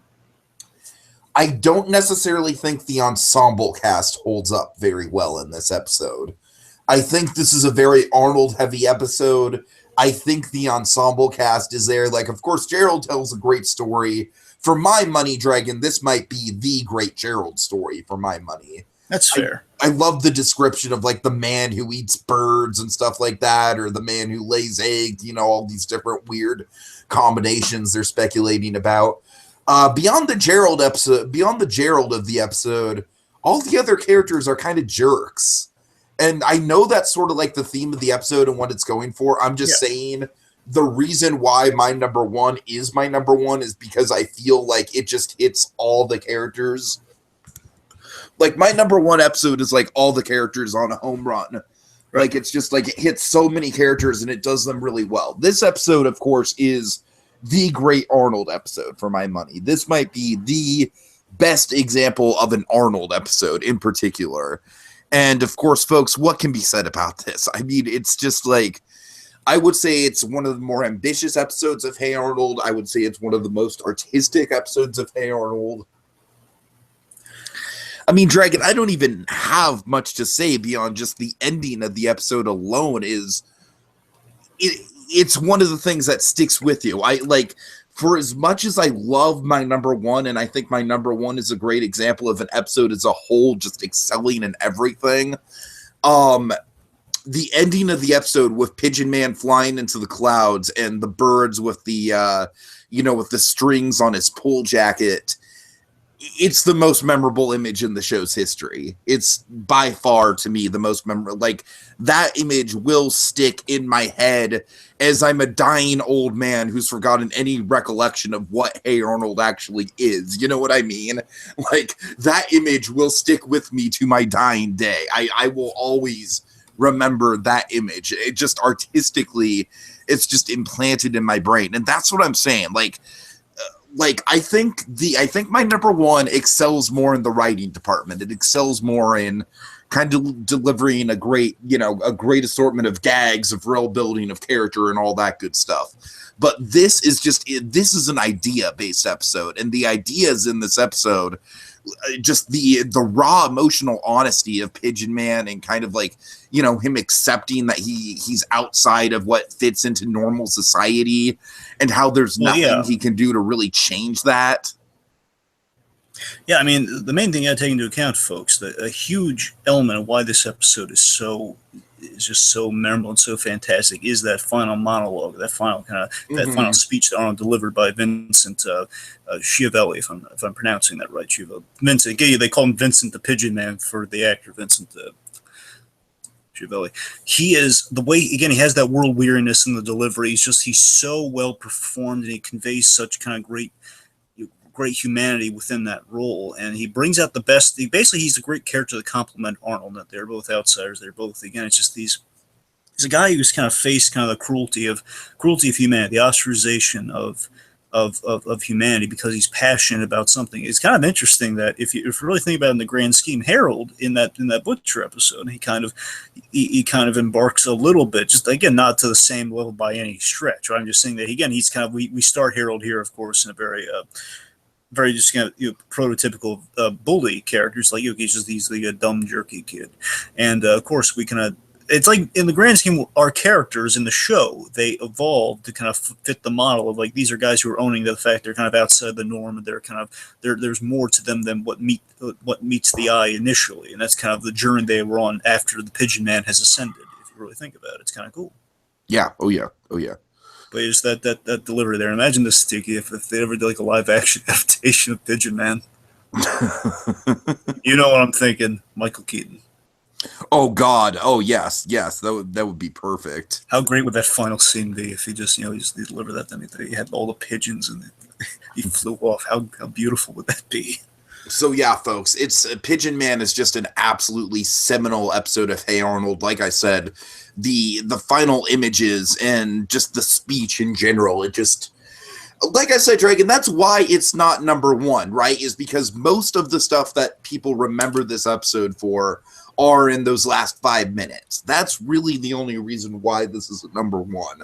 That's really what it came down to for me, is the fact that this episode is so bottom heavy. This episode is so loaded at the second half of the episode with substance that it's not that this first half is bad. It's just that when you get to that second half, it's just it's unlike anything you've ever seen in animation. It's absolutely transcendent. It's beautiful. He's got a great theme too. Remember, he's got a great haunting theme, that Pigeon Man. Oh yeah. So, okay. Oh God, Dragon, I'm in suspense. I know these two episodes. I'm just not sure.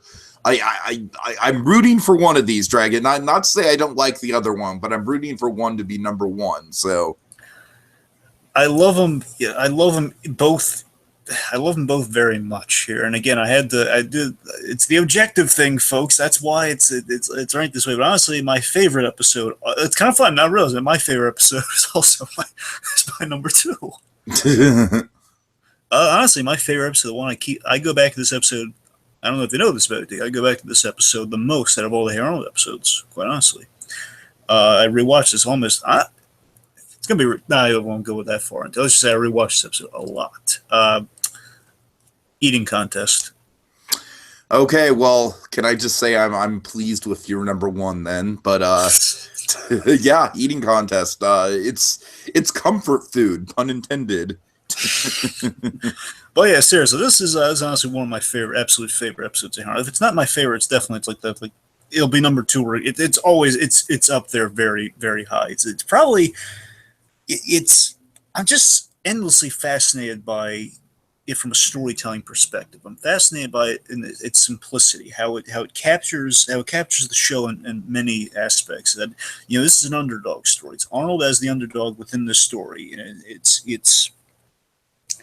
And the other thing I really love about it too, but it's Arnold as an underdog in an event that is rooted within the neighborhood's history. My love of Scott Snyder as another connecting point. I love when we get into the history of a place. Although you can see a history and kind of see a big element of Hey Arnold for me is like how the neighborhood, again, as we've gone through, like we've described, like our love of the other various characters, and that's a big appeal of Hey Arnold over some other shows, is that, we've compared it to Doug before, where, Doug has these characters, but, there's kind of they're really just kind of very season one hair on that. They're there, but over time I don't feel they have enough strength they could carry an episode over our main protagonist. In this case, Hey Arnold, we'd follow any of these characters. These characters all seem interesting. They have their own stories. And this episode kind of brings that to surface a little, where we see, we get a feel of the neighborhood, what it's like to live in this neighborhood as, the idea that there's almost like an annual event where there's the eating contest, the eat off, where basically all the stores, because again we built this up throughout the whole series, where we have all of these, we have Mr. Green's butcher shop, we have Miss Viatello's flower shop, we have all these different locations in the neighborhoods and the parents. We know these people, and the idea they all come together, and basically this is an event that promotes the businesses within the neighborhood. Okay, if you like the food served at the eat off, at the eating contest, again they have food served outside just the main eating event. Maybe you'll partake in the small businesses in the area. It's kind of a tourist promotion as well as just like, hey, celebrating the neighborhood. It's a great little event that celebrates the neighborhood and brings it to surface. It has a lot of fun, giant, and unique foods from the neighborhood. I mean, I just get a kick out of the fact that you can track where all the food's coming from. I have tacos from El Patio, which I want to say is Spanish for for the patio. I could be wrong there, but again, it feels very neighborhood centric. You have right. You have. No, I mean I agree, Dragon. Of course, you and I, we love our food animation, and this that also feeds into it. But I don't want to detract with that. But you see what I'm saying, though, right? Mrs. Johansson, Gerald's mom, made that giant salad. Arnold's grandma, of course, made the stuffed bell peppers, which somehow are made with socks, and that's hysterical. And again, it's kind of Arnold going up. It's almost like a John Henry thing, where it's him going up against the machine. The machine in this case being Seymour. Again, kind of it's different from an urban legend. In this case, it's the freshest urban legend we got. This is like a kid that Gerald doesn't even know, because this kid just kind of appeared out of nowhere. And again, that's kind of on. It's almost like a Western showdown. This kid's eating he eats all the ice cream in like a millisecond. It's so well animated how he's chowing down on that thing. And the Jolly Ollie Man is kind of our antagonist, who again is always just rooting against children. Period. And they're betting money. It's a great event, and I love in the end. So I don't know all the stuff I laid out there. I love that in the end. I love the fact that, again, because it's, the family tradition side of it. I love that we delve into Phil's history. I love anytime we have this with Haley's Comet. I love how we can have flashbacks to Phil and his father. Of course, Phil's father looks a lot like him, and Phil himself saying, "Father, why are you crying?" Because I'm just proud of the way you can eat. It's a wonderful little pride-filled moment how Grandpa Phil is kind of ushering that into Arnold. But I love the fact that Arnold won because he didn't give up or give into the assumption like everyone else did. Everyone else in the episode gave into the assumption that Seymour would win just because, okay, he's an unbeatable contender. Like, no one can beat Seymour Logan. The guy, they call him the disposal. Like, no one can beat him. And he won because he didn't give up, because he was motivated, not because he could eat the most, because he didn't give up. He paced himself, as Grandpa had taught him to in the training montage, and it's why he was victorious. It's a great episode. I keep rewatching it. It's great. Yeah. Okay, Dragon. So my number one, I just think this episode is just a masterclass. It shines above all the other episodes, in my opinion.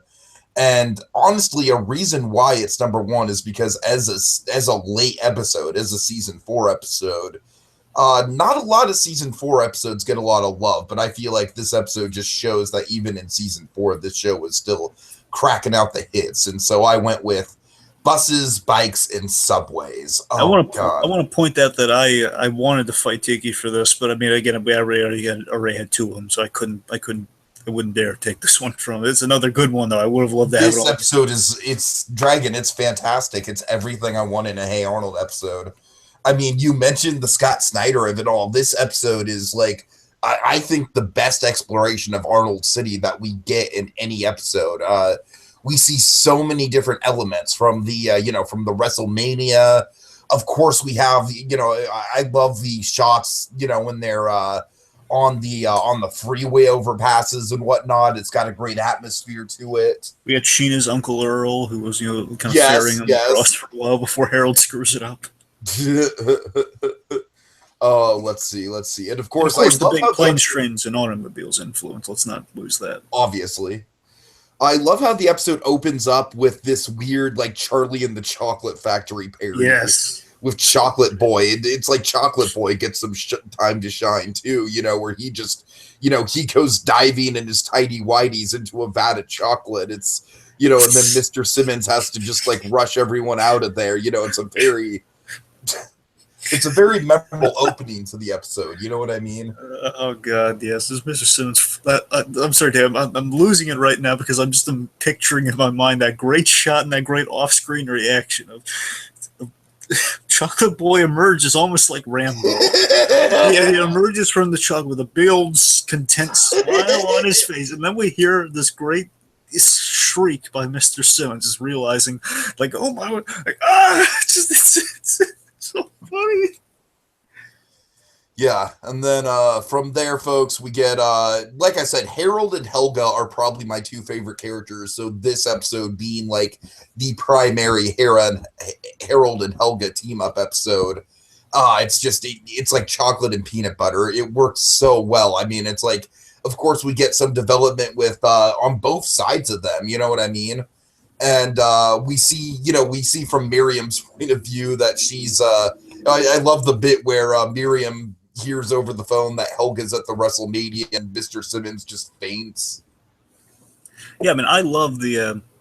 I really take it. The thing I appreciate most about this episode, I tell you, ever since I first saw, the reason I wanted to put it on my list,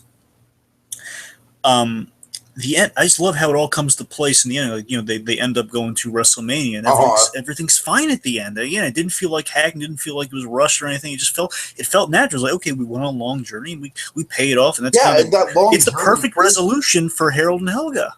Yeah, that long journey is a journey, though, and it's filled with trials and tribulations. You know what I mean? You've got, like, it's like the only ending you could have. You've got the subway. It's very treacherous. It's also, I want to point out here because, again, unfortunately, I didn't have any room for it on my list. Not just this episode. I'm talking about just one of the dynamics we have. Because you spoke of all the great, everyone's in character this episode. Everyone's in character and kind of consistent who they are. I always love it when Arnold is paired with Mr. Simmons, and I had originally I was going to have the Principal Simmons episode on here, but I constantly love when those 2 characters are paired together. It's just it's a natural kind of comparison there. So sure. Just want to throw it out there so I at least could address it just in there. Okay, go on. Keep going. No, I mean, that's about it. It's just, like you said, it's just everything about it just fires on all cylinders. It's exactly everything I love about Hey Arnold, from the atmosphere to the world building to the characters to the humor to the timing of the jokes to the resolution to the message. For my money, it's the perfect episode of Hey Arnold. Like I said, it's late in the show's run, so it's kind of an example how even late in the show's run, they can still crack out a total home run like this.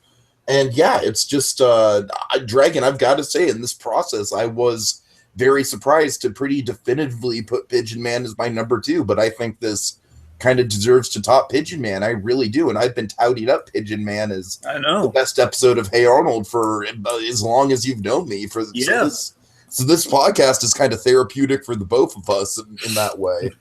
Yeah. All right, Dragon, and I very much approve of your number 1. Tell the folks what it is.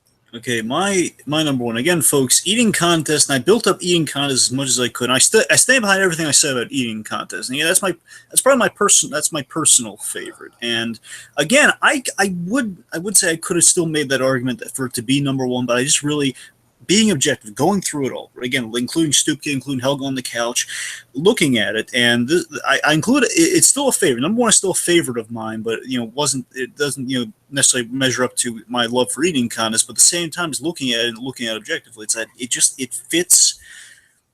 It captures everything about the show in one episode. It's like the ultimate sell. The ultimate selling point for the show. It's the ultimate sell episode of the series for me, and it's the only thing I could really honestly, comparing it to Pigeon Man, which I assume would be number one, is the only thing that can honestly kind of hold the candle to kind of the Pigeon Man of it all. And that choice here is oddly similar to Pigeon Man in a few aspects. It is Field Trip. Oh yeah. So oh boy, it's also kind of similar to Buses, Bikes, and Subways because it starts with a field trip. Sure, yeah, I guess it's centered around a field trip. Okay. So, boy, this episode, this episode is Arnold as an outsider. And Dragon, this was the episode that you fought me for, and I was very upset. But I've got to say, you putting it as number one, good on you, man. Good on you. Again, it's like I was wondering. Easily been in my top three. Every time I compiled the list, and I knew this was on there because again, it's one of my favorites. It's definitely on there. I mean, again, this is another one I would go back to a lot. Again, especially for the ending. But I go back to this episode a lot, and I was making a list. I was like, I have no idea where Field Trip's going to go. I'm just going to put it on there. I'm going to figure it out. And I did like the process of elimination thing. Okay, so this will be the last one. Then I kind of realized, oh, it's like the last one. Of course, it has to be number one. Just kind of dawned on me, like, yeah, I mean, I knew it was up there. I knew it was definitely in the top five, but I mean, I guess, yeah, just looking at it, it has to be number one anyway. So this episode, it's Arnold as an outsider. I love it. We start the episode off like that. It's Arnold. We single Arnold out in an interesting way. Not that he's like being mocked or ridiculed or anything, but that Arnold, he was sick like last time they went to see Lockjaw at the aquarium. Of course, this is the first time we see this very early on in the Hey Arnold. I want to say it's the second episode, maybe second or third episode. I think it's third. Sure, it's in the original, like that first season, way early on.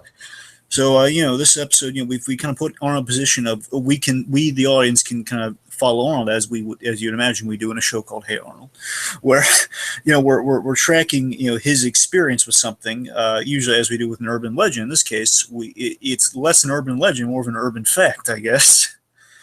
Where the kids have been to see Lockjaw, Arnold has not. So we're in Arnold's shoes throughout this episode. It's a smart storytelling move I really appreciate as well, right out the get go. And I'll admit I'm not crazy about a few of the kind of the bus jokes, but aside from that, again, the whole episode is just it's so ironclad and tight knit with how it unfolds. Where we reveal Lockjaw as just kind of this beautiful sad turtle character. I love the message where it's like all the kids are like underwhelmed by him. Yeah, because they've been building him up throughout the beginning of the episode. Arnold again is like kind of our view, like Arnold's question: is that Lockjaw? Is that Lockjaw? He has no idea who Lockjaw is.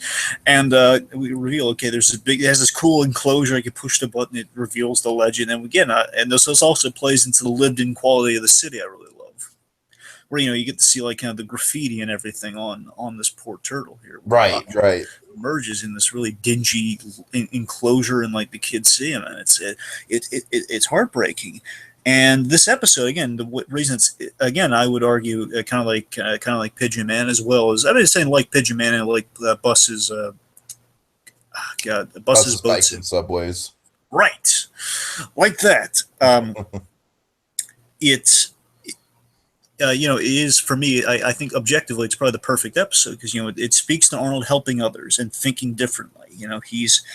He's going with the morally right decision over the logical one. Logically, ordinarily we wouldn't like break into an aquarium and free a creature. But of course, we get some really, really fun moments with Grandma in this episode. That's another big element. It's not all just kind of like grand emotion in this piece. So that's great, but also we have great humor with Grandma. And again, like we have these are all the hallmarks of Hey Arnold. We have like the crazy grandmother, who's really on fire with the humor. We have some great humor even before that with everywhere Arnold goes, he can't escape the turtle imagery. The Girl Scouts with the Girl Scouts with the the chocolate turtles, the famous chocolate Right. turtles. Grandpa And modeling. Dragon, What do you think? I think the security guard might steal the show for me. Yes, the security guard is very funny. Oh, Tiki. here's a cookie. Oh, you tossed a cookie. Oh, Again, have another cookie. see, here's what's funny about that is the fact that it's like all the signs say, don't feed the animals, Right. don't feed any. Of course, most of them are fish, so it's really regardless. Just that absurdity aside, don't feed him. And what is he doing on his off hours? He's feeding him, which of course they're regurgitating. And he's mocking him. What a dope. In common security, and it's a great way to comedically showcase like how what a bad condition this place is in. It's kind of funny that we possibly kill him off. Right. I know we don't, because he shows up in Eugene's birthday, because he's the one who says you got to get out of here. Like, get out of here. Mm-hmm. But I was saying, he falls into the shark tank. Anyway, but yeah, it's got great humor. It's got all the hallmarks of the humor there. It speaks to the original cell line of Arnold, as I said before. That he's a nice kid surrounded by these colorful personalities, which we saw again. We got a good kind of sampling of in the beginning. We're going to go all the kids, and we see again, even before Harold's. Again, Harold really he's consistent, but of course, very impulsive with the whole. He throws like the pink milkshake or whatever at poor Lockjaw. He's an impulsive kid who. And keep in mind, this was very early Harold, back when he was just kind of like the stock bully character. Yeah, but it's that cell line. It's a nice everyday kid surrounded by these colorful personalities in this lived-in world that we can identify with, not just our own, but this world. And again, we've seen if you've ever been to an aquarium. Can I also just note the aquarium itself is just so. Like, I love the way it looks. Like, I love how it's like the giant whale design. Yeah, the giant whale. Right.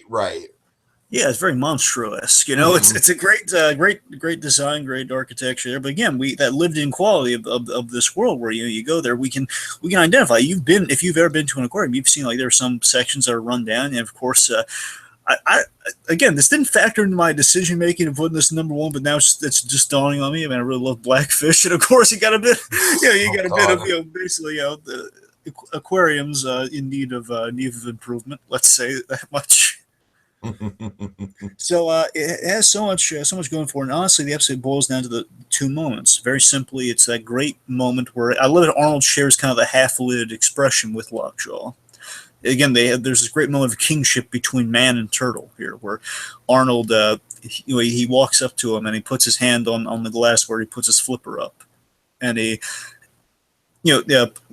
says, "Hey, man." It's just that very simple. That simple. Hey, man. And he puts his hand up to the glass, and it's like that great moment of compassion. And again, it's Arnold showing compassion. Again, kind of like with the Pigeon Man episodes. It's Arnold showing compassion to this ostracized figure who was just kind of trapped in this perpetual kind of outsiderdom, if you will.